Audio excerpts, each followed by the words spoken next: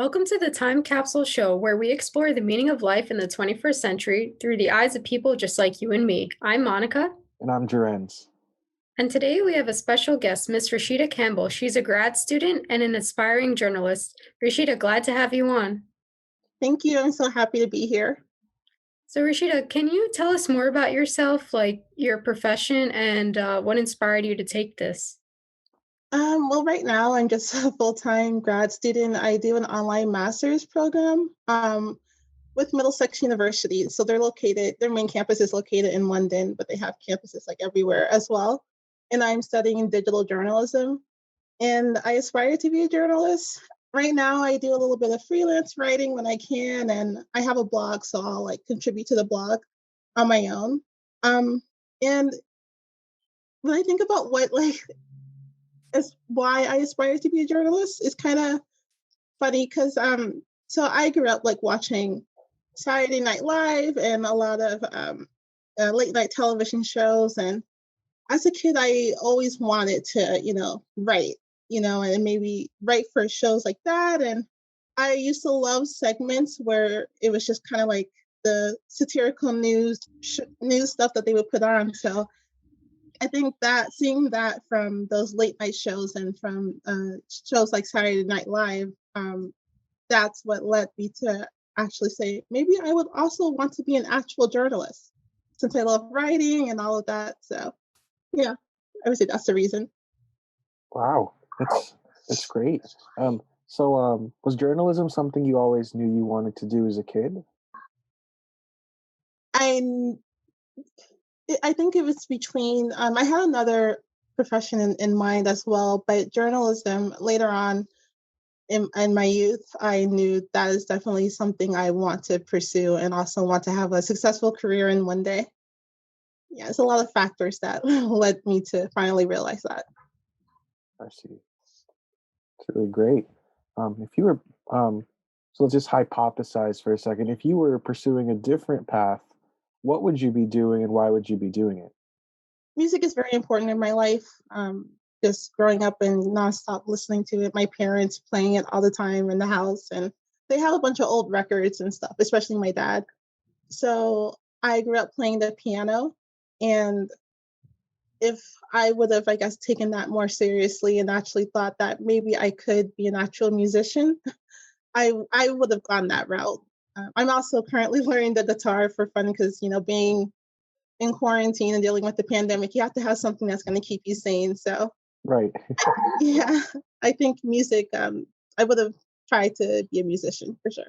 Doing covers is also a great thing. I remember I was on the radio. No, not I wasn't on the radio. I was in the car listening to the radio, and they were playing I think that song "Put Your Records On" by Corin Bailey. But they had Yeah. that brand new version of a guy who did sort of like an electro, so sort of like an EDM sort of sound to it, I think lo-fi or something. It was something like that, and it was just so amazing to hear somebody putting out a cover of a song and it's trending on the radio.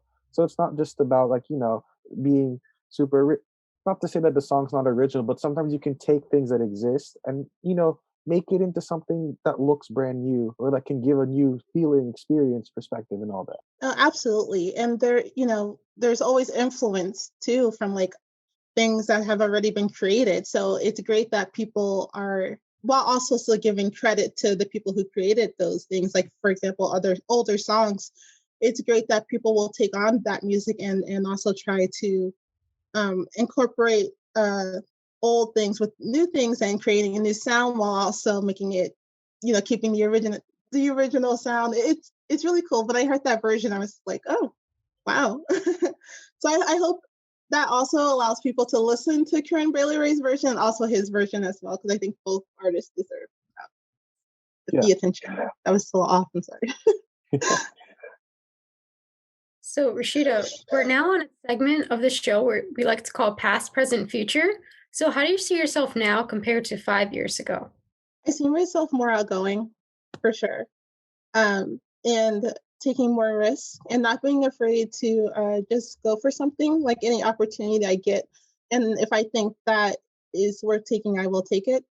5 years ago, I was very shy. Well, still a little bit, but very shy, and I would always overthink um, way too much.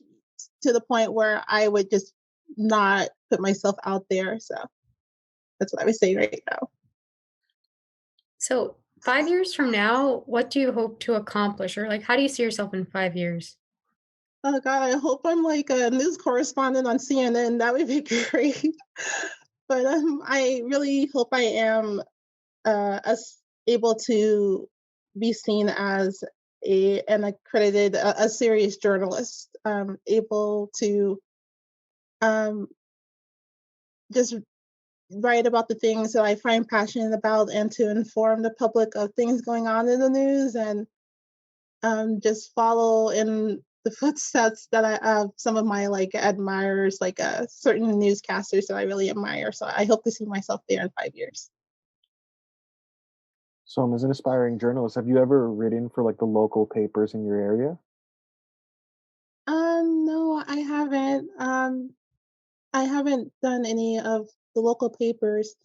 I've done when I've done a few freelance writing jobs, I've covered a lot of entertainment coverage for globally and nationally. Like the last um, freelance thing I did was for Reality Tidbit, and I just wrote about reality shows and um, they were also located in the UK, but it's a they get a lot of global views. There's actually, which I just made me not give up yet on being a writer and journalist. A person I wrote about, she actually reached out to me a few weeks ago saying that she saw my article and she really liked it. So that really helped boost my self-esteem with my writing. And also just doing more for my blog. So that's in contributing for whatever grad school wants me to write about. So Oh, that's wow, that's great. like So, what would you say your beat is as a journalist or a writer, really? I like to write a lot about social justice news. It's kind of I feel like I switch back and forth when I want to pick just one beat because I really do enjoy. I think I have equal enjoyment in writing about social justice issues and also entertainment news. But I think also when it comes to entertainment news, somehow that is relevant to certain social justice issues. So maybe just um, politics and social justice issues, I want to say. I see. And then what would you say draws you to that particular beat? I think what really draws me to that particular beat is just being able to fully understand how other people can just go through life, how certain things that aren't fair and how certain things that are unjust. I understand how that could really impact someone and a certain, different groups of people and how that's a big impact on, the way that certain people are treated. It also has a huge impact on the rest of the world. And that's why no one should be treated that way, if that makes sense. So I think I'm able to fully understand, like at least fully how do I say it? I try to put myself in other people's shoes, so I think that's what draws me to that, just wanting humanity to kind of just be better. Absolutely. So, jumping off of that, what would you say your life philosophy is? How do you like to live your life each day? It's sort of to say like, so the past is important to remember but not important to dwell on. The present should always be lived in the moment, and the future will come eventually. And it was weird, but I kind of live it as it's important to know your past, but also to not let it have a negative impact on what's going on in your present, and to also just live what's going on in the present and enjoy what's going on in the present. And if it's not great, just remember that the future will come, and to also just be optimistic about the future as well. That's it's a lot for a life philosophy. I think that's like a whole book, but that's I think how I pretty much see myself living my life as, and how I would say my life philosophy is. Yeah, that's definitely a solid life philosophy to have. Because some people, like you said, some people will dwell a lot on the past and they sort of get stuck there, and it starts turning into regret and shame and all of that. And then some people dwell too much on the future, and it sort of almost becomes being paranoid about what's to come, or like feeling things are hopeless, or being maybe too overconfident or wearing rose-colored glasses. And then sometimes there's not even living in the present. Like that's something I know I'm guilty of, where I'm thinking way too much about other things and I'm not focusing on the here, the now, and what's right in front of us. And that's totally okay. We all do that. Like again, I it's hard to always follow yourself, but I do that a lot. I have to catch myself when I do that, and it's definitely understandable. You said it so perfectly, so absolutely. Definitely, Rashida. So, jumping off of that, we're in the present moment and we're grateful for you. So we want to know what you're grateful for.